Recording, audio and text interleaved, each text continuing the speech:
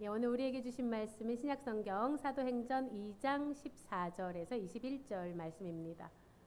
자, 우리 큰 목소리로 합독하도록 하겠습니다. 시작. 누구든지 주의 이름을 부르는 자는 구원을 받으리라 하였느니라. 아멘.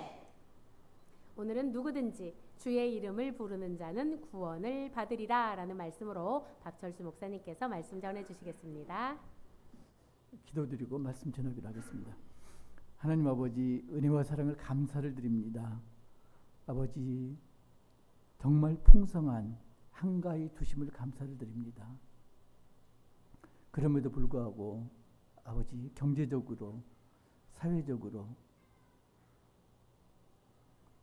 풍요롭지 못하고 혼란스러운 상황입니다. 이 모두 이 또한 하나님께서 예비하신 그리고 허락하신 이름을 아버지 믿고 감사를 드립니다. 하나님의 때 아버지 풍요롭고 그리고 평강한 사회가 될 수 있음을 믿고 감사를 드립니다. 이 시간 함께하여 주옵소서. 예수님 이름으로 기도드립니다. 아멘. 사도행전 2장 보시면요, 지난주에 봤던 거 2장 3절 보시면은 마치 불의 혀처럼 갈라지는 것들이 그들에게 보여 각 사람 위에 하나씩 임하여 있더니, 불의 혀처럼, 혀가 영어로 텅이잖아요. 혀처럼. 근데 혀에는 우리가 그 눈, 코, 입, 혀 할 때 사람 조직으로서의 혀가 있고요. 해부학적으로. 또 하나는 혀 하면 뭐죠? 새치혀를 놀려서는 안 된다. 그게 뭔가요? 말, 언어로서의 혀가 있고요. 뭐 야고보서도 나오죠. 그 다음에 또 하나가 있어요. 뭐가 있나요? 영적인 언어로서의 혀, 방언. 혀에는 이 세 가지 의미가 있습니다. 이걸 이제 혀를 헬라어로 번역을 하면은 어떤 단어가 사용됐냐면은 글로사라는 용어가 혀, 말에 사용됐습니다.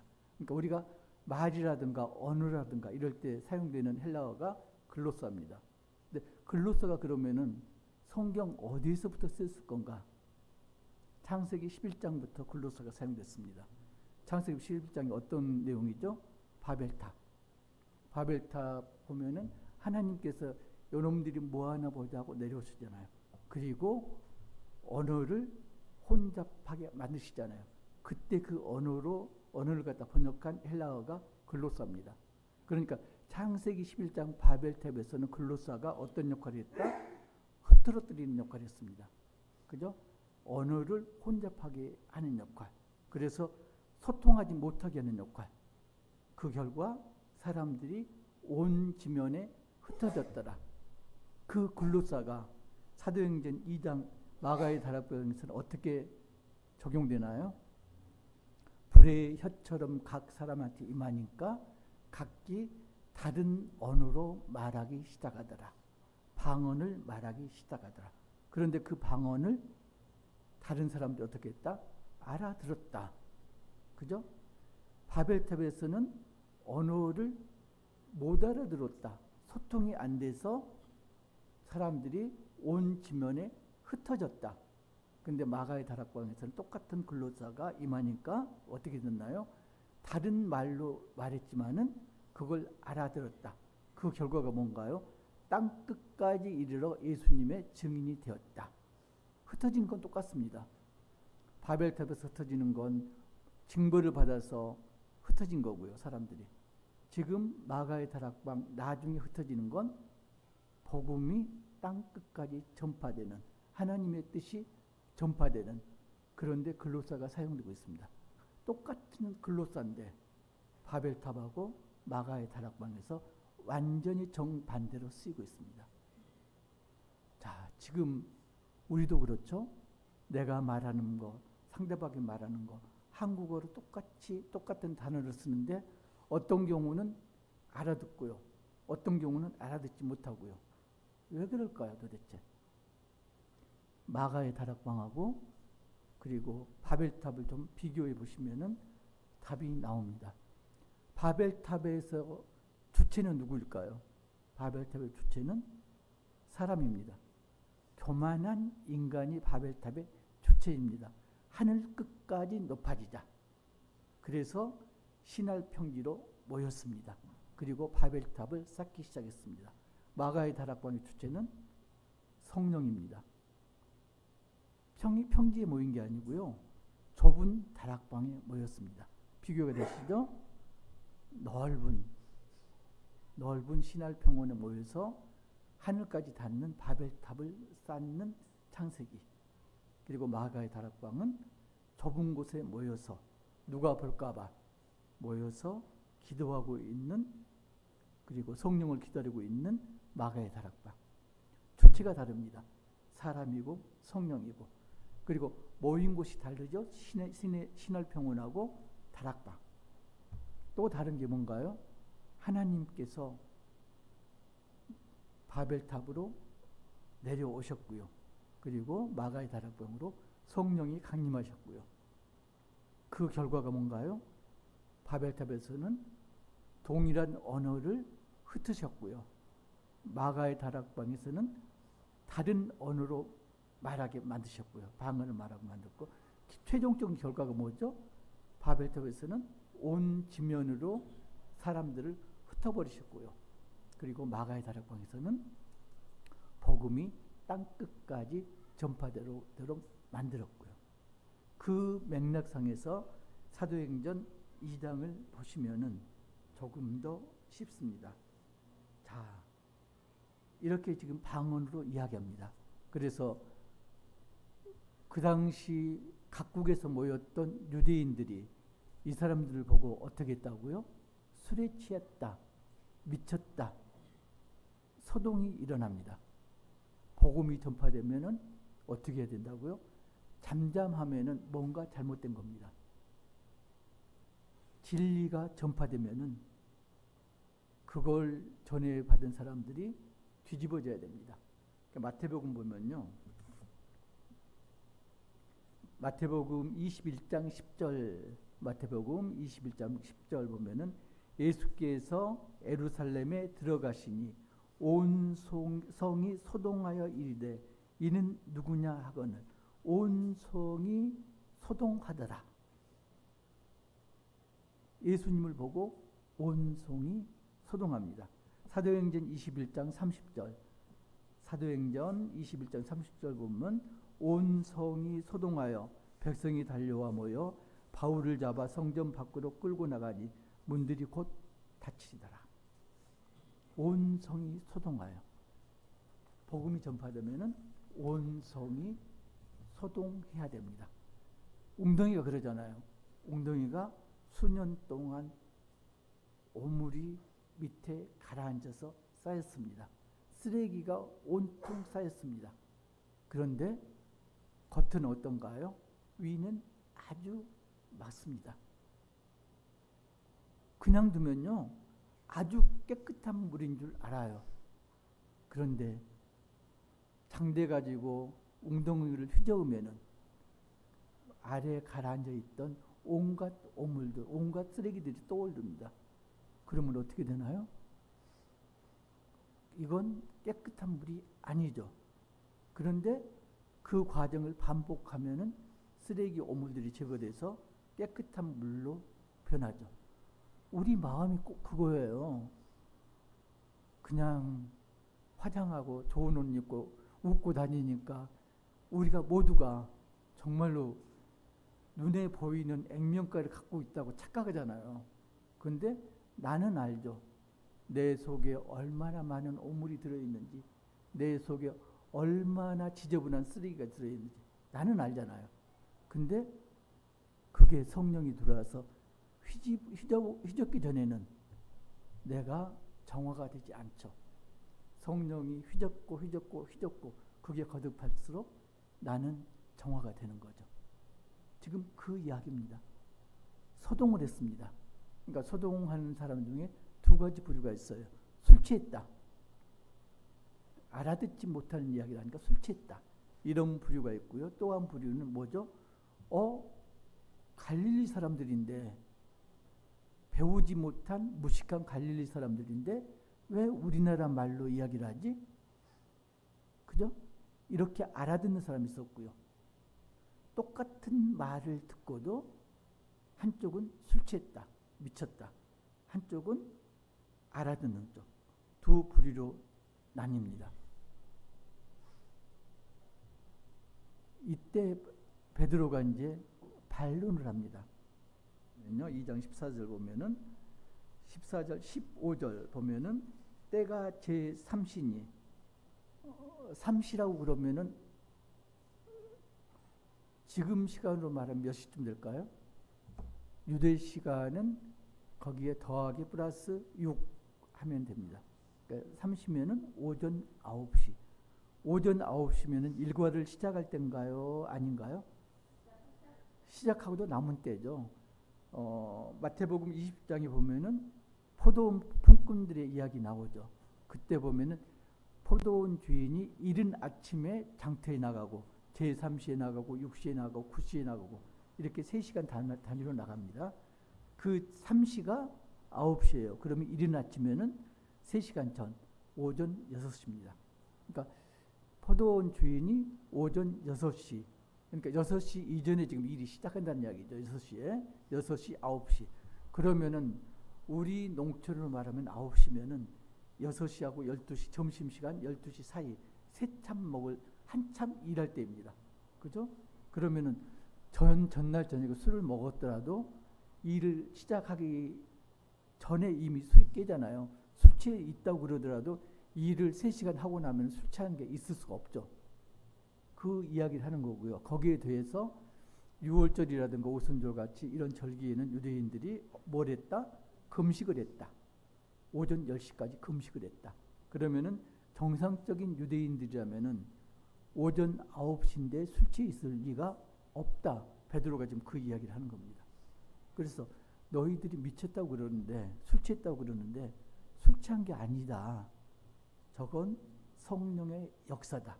그러면서 베드로가 뭘 증거로 내세워요? 선지자들의 말, 요엘서 이야기를 합니다. 요엘 2장 28절. 찾으셨으면 한 목소리로 읽겠습니다. 시작.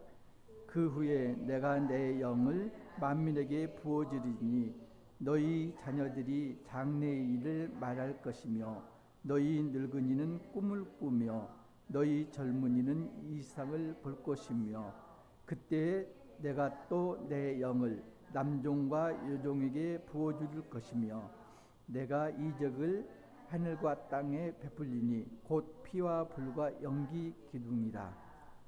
요엘서 내용을 베드로가 말합니다. 그래서 뭐라고요?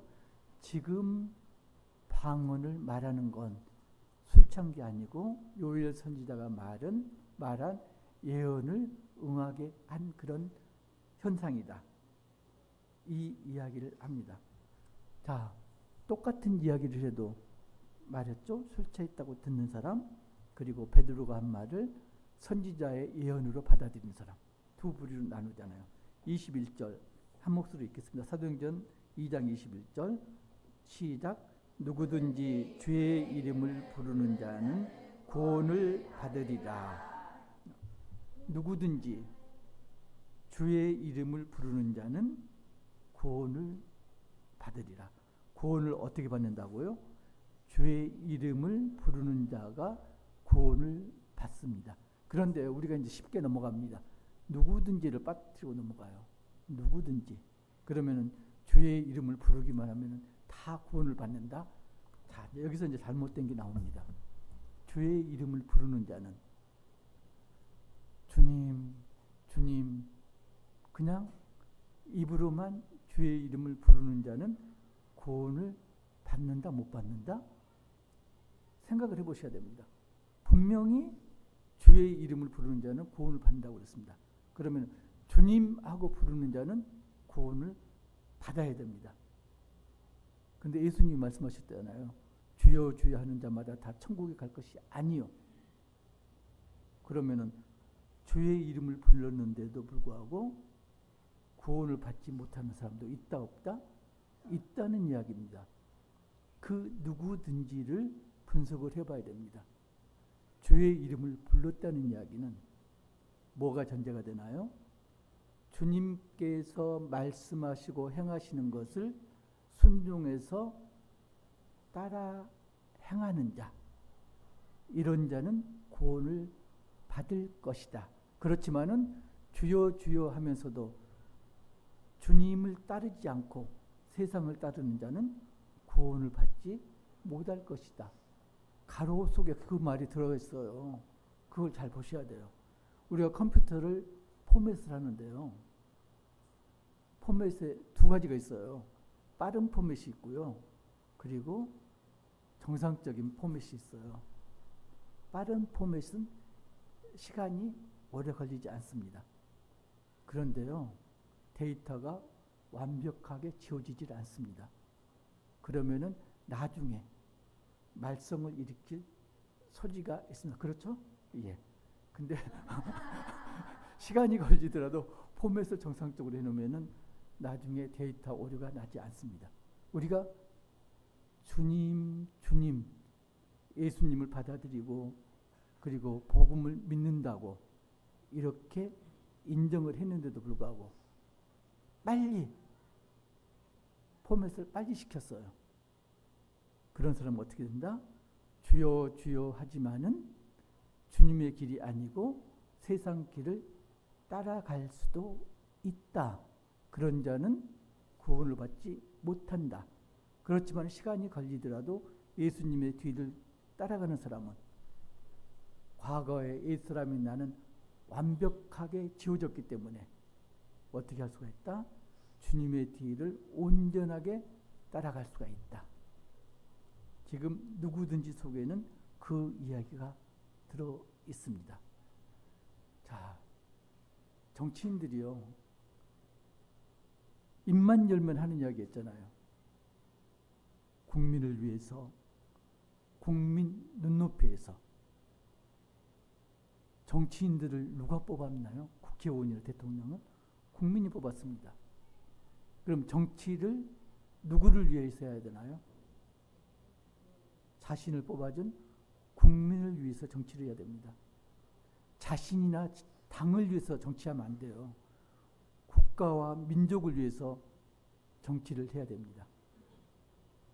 근데요, 어떤 일이 벌어지면은 100% 나오는 이야기가 나는 국가와 민족을 위해서, 국민을 위해서 헌신했다. 그리고 국민의 눈높이에서 일을 하고 있다. 100명이면 100명 똑같은 그런 이야기 합니다. 오죽하면 내가 그러잖아요. 나는 대한민국 국민이 아닌가벼.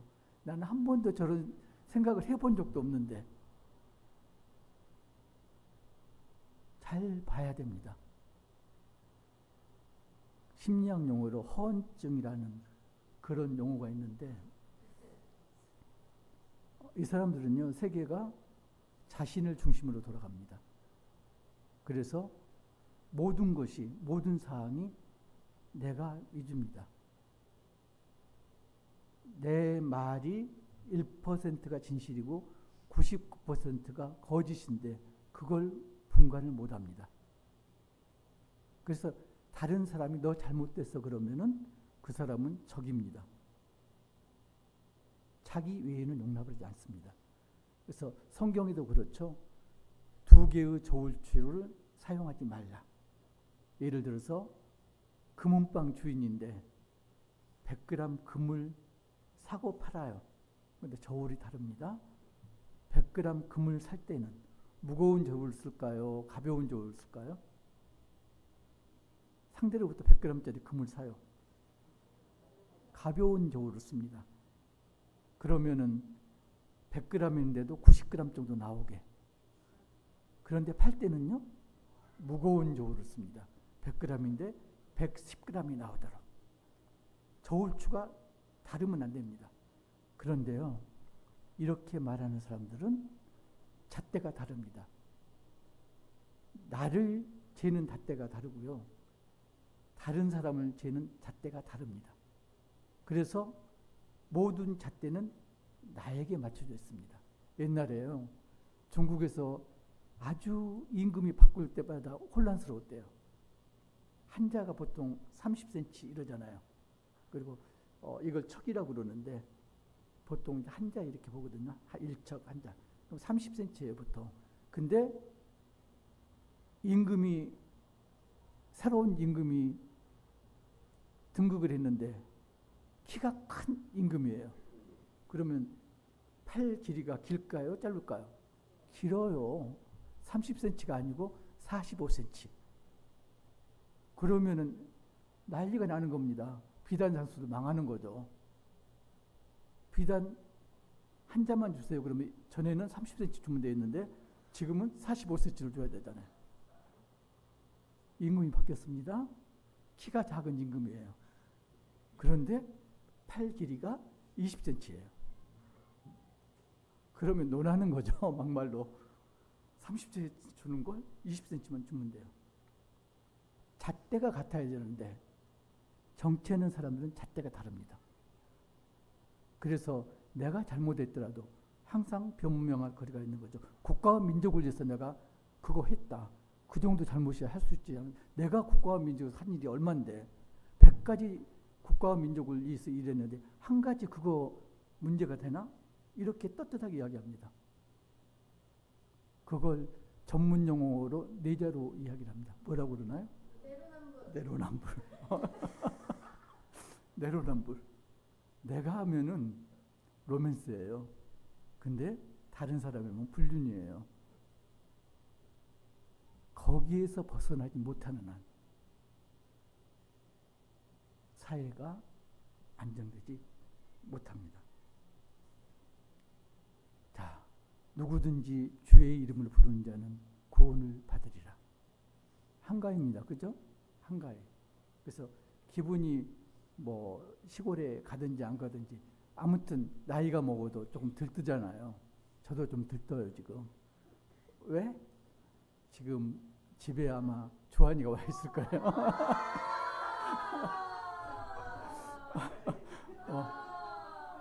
아무튼 나이가 적거나 많거나 명절이 되면 좀 들뜨잖아요. 그런데 우리가 여기서 잊지 말아야 될 게 내 기준하고 내 가족들 기준하고 잣대를 달리 해서는 안 됩니다. 가족이라고 다 좋은 건 아니잖아요. 보기 싫은 가족도 있고요. 정말로 쟤는 꼭 안 봤으면 좋겠는데 이런 가족도 있고요. 그잖아요. 그랬을 때 어떻게 해야 된다고요? 잣대를 동일하게 해야 됩니다. 내 잣대를 나한테만 대지 말고 내 잣대를 다른 사람에게, 내 가족에게 잣대를 들이대야 됩니다. 나는 용서가 되잖아요.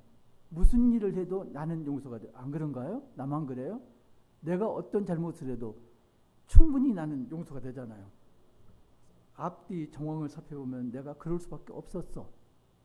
내가 나를 납득을 시키잖아요. 너는 잘못한 게 없어. 안 그래요? 안 그런다고 전부 앉아있는데. 그래요, 대부분. 근데 남은 안 그러죠. 사람이 어떻게 그런 말을 하고 그런 생각을 하고 그런 그런 행동을 할 수가 있어. 그렇게 보통 우리가 정죄를 하잖아요. 지금 베드로가 하는 말도 똑같습니다. 누구든지 주의 이름을 부르는 자는 구원을 받으리라. 그리고 더 중요한 게 가로속입니다. 어떤 자? 주님을 따르는 자만 구원을 받을 것이다. 모세가 시내산에서 하나님으로부터 율법을 받았습니다. 그 뒤에 이스라엘 공동체는 어떻게 했나요? 율법에 따라서 살았습니다. 삶의 이정표가 뭐였다? 율법이었습니다. 율법을 지키면은 의로운 사람, 율법을 지키지 아니하면 불의한 사람, 구원받지 못할 사람, 이렇게 여겼습니다. 그런데 마가의 다락방이 그 다락방에 성령이 강림했습니다. 자, 이스라엘 공동체가, 이 이스라엘은 혈연적 이스라엘이 아니고요, 믿음의 공동체 이스라엘입니다. 그죠? 이스라엘 공동체는 그러면 어떻게 살아야 될까요? 믿음의 공동체 이스라엘 이정표는 과연 뭘까요? 율법? 아니면은 세상? 성령이 임한 이스라엘 믿음의 공동체는 율법이나 세상이 아니고 이정표가 성령입니다. 생활의 삶의 방향이 바뀌어야 됩니다. 율법이나 세상에서 성령으로 삶이 변화되어야 됩니다. 삶의 방향이 바뀌어야 됩니다. 그래야지 누구든지 주의 이름을 부르는 자는 구원을 받으리라. 누구든지에 들어갈 수가 있습니다.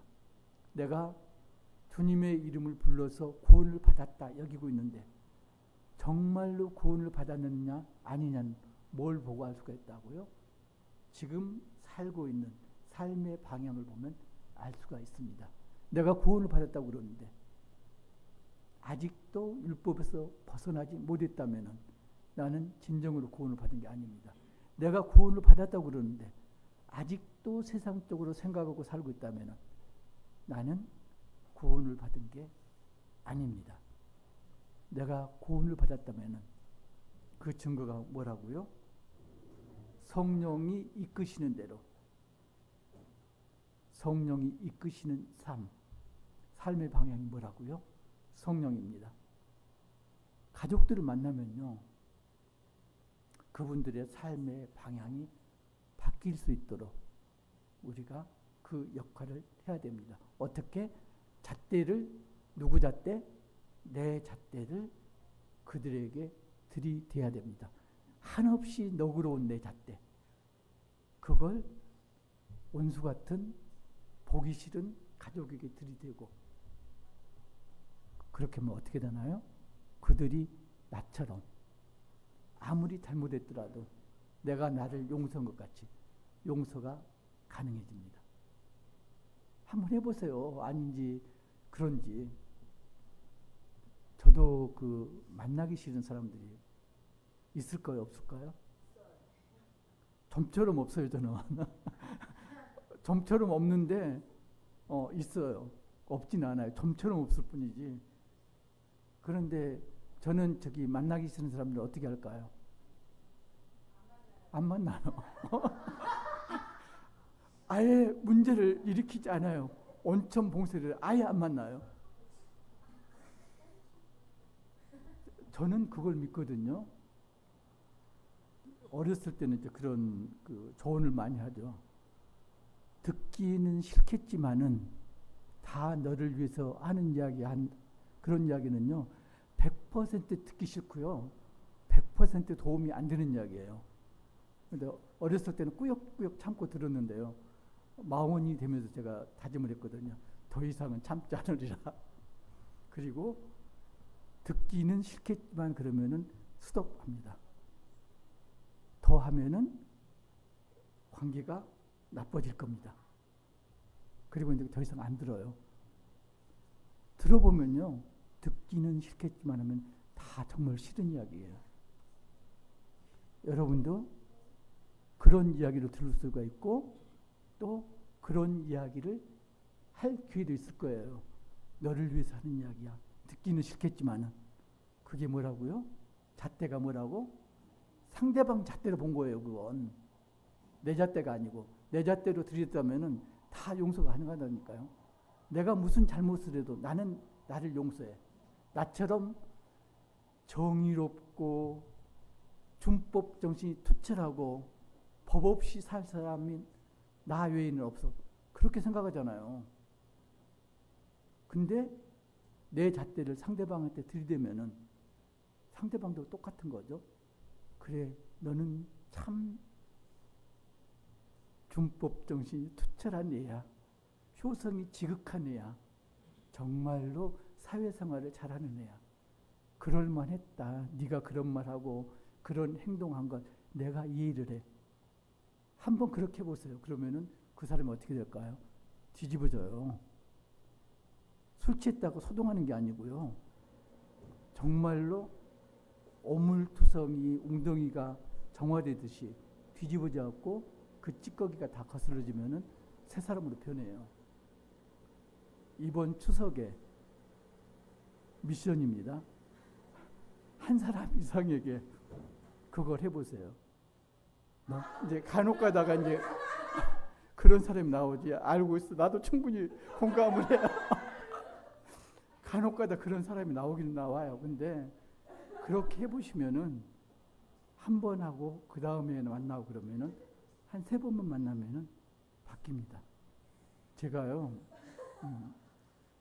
딱 2사람을 바꿔본 적이 있는데 말 한마디 해가지고 무슨 말을 했을까요?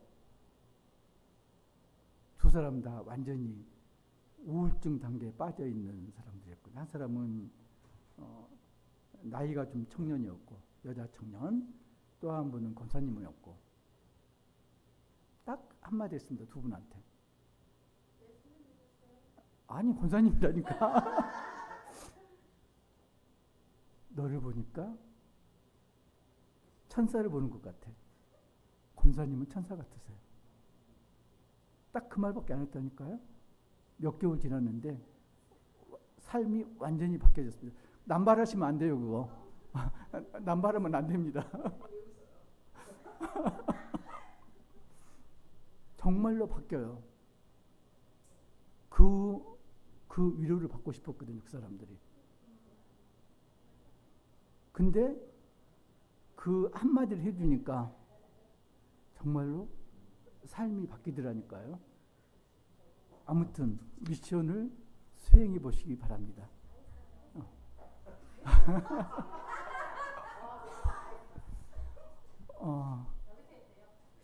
여기서 하지 마시고요. 아무튼 누구든지 그 누구든지가 거기에 내가 속한가 아닌가 다시 한번 생각해 보는 그런 한가위 되시기를 축복합니다.